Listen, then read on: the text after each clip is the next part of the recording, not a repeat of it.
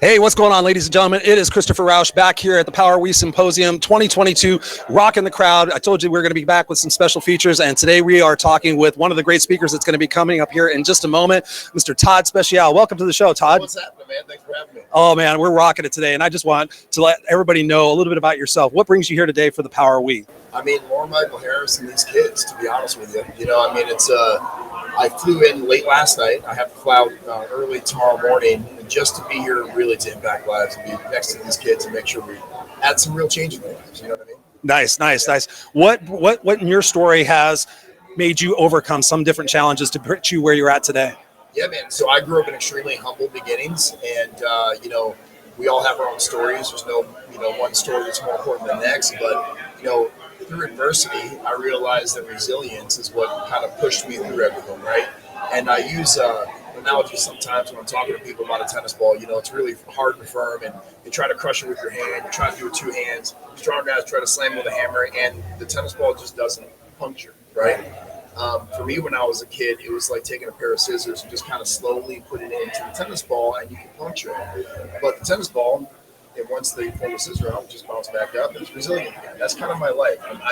I've been known as the guy that kind of performs with my back against the wall. And for my entire life story, I always thought that that's where I wanted to be. As that gap started separating from the wall to where my back was, man, life got easier. And I started, putting time into myself, personal development, impacting lives the best way I knew how. But that my story was special to someone. And once I realized my value is when my life started really changing, for sure. Oh, yeah. Dude, that is so impactful. That's so impactful. For the people that are watching this and listening at home and thinking about resiliency, which is something you touched on, what advice would you have for the people that are having severe challenges right now? There's a lot of things going on in the world today. What would you say to them that they could do on their own to shift their perspectives about the situations that they might be dealing with? Yeah, the biggest mind shift for me was when something challenging happened in my life. I would call it a trying time, nothing negative, right? I don't allow negativity, arrogance, or bad ego. There's some good and bad ego in my life, right? But when something bad happened, I forced myself to ask myself a question. What good did you see? How can that make you better?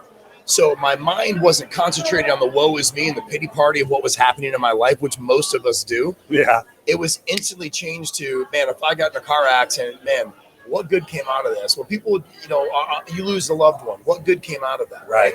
There's so much good that you can find in situations that God puts us through. Your testimony is your test, if you will. Right. That I started making sure that I didn't play the pity party. There was no woe is me anymore. I started finding the good. I'd ask myself, what did you learn from this scenario?